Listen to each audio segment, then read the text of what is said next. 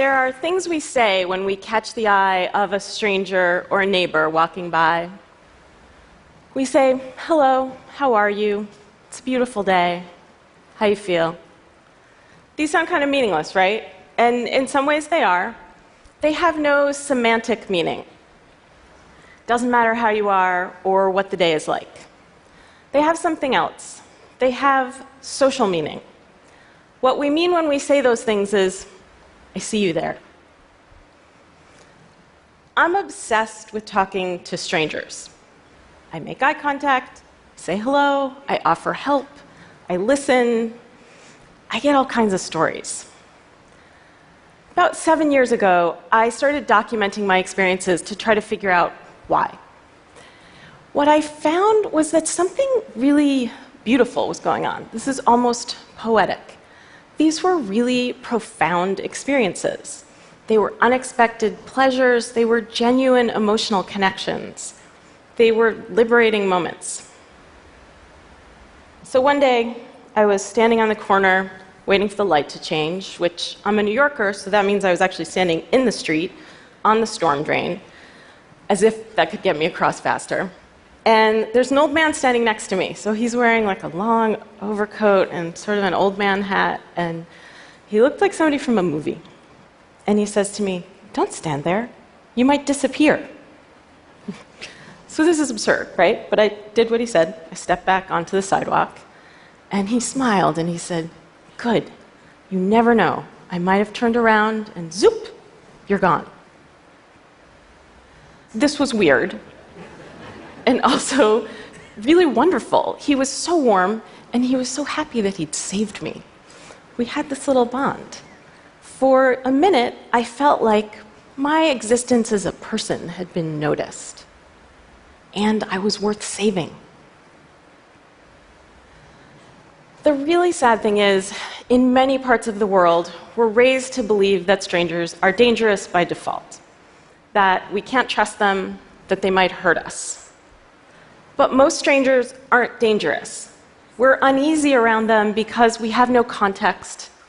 We don't know what their intentions are. So instead of using our perceptions and making choices, we rely on this category of stranger. I have a 4-year-old. When I say hello to people on the street, she asks me why. She says, "Do we know them?"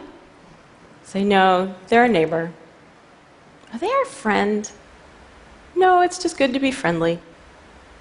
I think twice every time I say that to her, because I mean it, but as a woman particularly, I know that not every stranger on the street has the best intentions. It is good to be friendly, and it's good to learn when not to be. But none of that means we have to be afraid. There are 2 huge benefits to using our senses instead of our fears. The first one is that it liberates us. When you think about it, using perception instead of categories is much easier said than done. Categories are something our brains use. When it comes to people, it's sort of a shortcut for learning about them. We see male, female, young, old, black, brown, white, stranger, friend, and we use the information in that box. It's quick, it's easy, and it's a road to bias. And it means we're not thinking about people as individuals. I know an American researcher who travels frequently in Central Asia and Africa alone. She's entering into towns and cities as a complete stranger. She has no bonds, no connections, she's a foreigner. Her survival strategy is this: get one stranger to see you as a real individual person. If you can do that, it'll help other people see you that way too.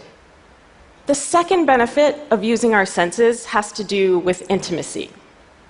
I know it sounds a little counterintuitive, intimacy and strangers, but these quick interactions can lead to a feeling that sociologists call fleeting intimacy. So it's a brief experience that has emotional resonance and meaning. It's the good feeling I got from being saved from the death trap of the storm drain by the old man. Or how I feel like part of a community when I talk to somebody on my train on the way to work. Sometimes it goes further. Researchers have found that people often feel more comfortable being honest and open about their inner selves with strangers than they do with their friends and their families. That they often feel more understood by strangers. This gets reported in the media with great lament. Strangers communicate better than spouses. It's a good headline, right? I think it entirely misses the point. The important thing about these studies is just how significant these interactions can be. How this special form of closeness gives us something we need as much as we need our friends and our families. So, how is it possible that we communicate so well with strangers? There are two reasons. The first one is that it's a quick interaction. It has no consequences. It's easy to be honest with someone you're never going to see again, right? That makes sense. The second reason is where it gets more interesting. We have a bias when it comes to people we're close to. We expect them to understand us. We assume they do. And we expect them to read our minds. So imagine you're at a party and you can't believe that your friend or your spouse isn't picking up on it, that you want to leave early. And you're thinking, I gave you the look. With a stranger, we have to start from scratch. We tell the whole story. We explain who the people are, how we feel about them. We spell out all the inside jokes.